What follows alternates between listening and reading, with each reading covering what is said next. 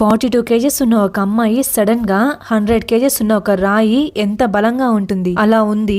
ఇంకా లేపితే లేవదులే అని నవీనే మమ్మల్ని పక్కకి వెళ్ళమని తన దగ్గర కూర్చొని, చూడు సంధ్య అంటే ఎవరు, మీ సొంత అక్కే కదా, తనని ఎందుకు ఇలా ఇబ్బంది పెడుతున్నావు, తను ఇప్పటికే చాలా వీక్ అయిపోయింది, నువ్వు ఇలానే తన ఒంట్లోనే ఉంటే తను అని చెప్పగానే తను అసలు ఇలా మాట్లాడుతుంది అని ఎక్స్పెక్ట్ చేయలేదు. తను చెప్పింది విని మేమే డైజెస్ట్ చేసుకోలేకపోయాము. అయితే చనిపోని నా దగ్గరికి వచ్చేస్తుంది కదా, నా దగ్గరికి వచ్చేసాక మేమిద్దరం హ్యాపీగా ఉండొచ్చు. నేను మా అక్కతో మాట్లాడి చాలా రోజులైంది, నాకు మా అక్కతోనే ఉండాలనుంది. నేను చనిపోయే ముందు క్షణం వరకు కూడా మా అక్కని చివరిసారిగా చూసుకొని అని చాలా వెయిట్ చేశాను, కానీ తను రాలేదు. నాకు ఆ కోరిక అలానే మిగిలిపోయింది. నా ఊపిరిపోయే చివరి క్షణాల వరకు కూడా మా అక్కే గుర్తొస్తుంది. నాకు మా అక్క కావాలి, నాకొక్కదానికే భయమేసేస్తుంది ఇక్కడ. తొందరలోనే నా దగ్గరికి మా అక్కని తెచ్చేసుకుంటా అని ఏం మాట్లాడకుండా వెళ్ళి తన బెడ్ మీద పడుకుంది. ఇన్ని రోజులు ఇలాంటివి మూవీస్ లోను సీరియల్స్ లోను చూశాను, కానీ రియల్ లైఫ్ లో తన స్వార్థం కోసం సొంత అక్కని కూడా విడిచిపెట్టదా అని భయమేసింది.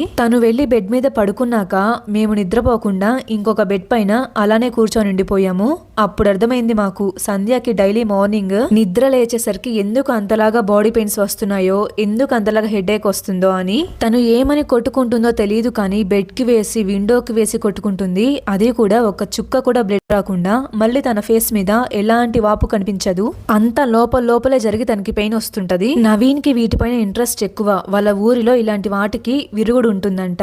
మార్నింగ్ సంధ్య వాళ్ళ పేరెంట్స్ కి విషయం మొత్తం చెప్పి వాళ్ళు ఇక్కడికి వచ్చాక మా ఊరికి తీసుకొని వెళ్ళి అక్కడే చూపిద్దామని చెప్పాడు.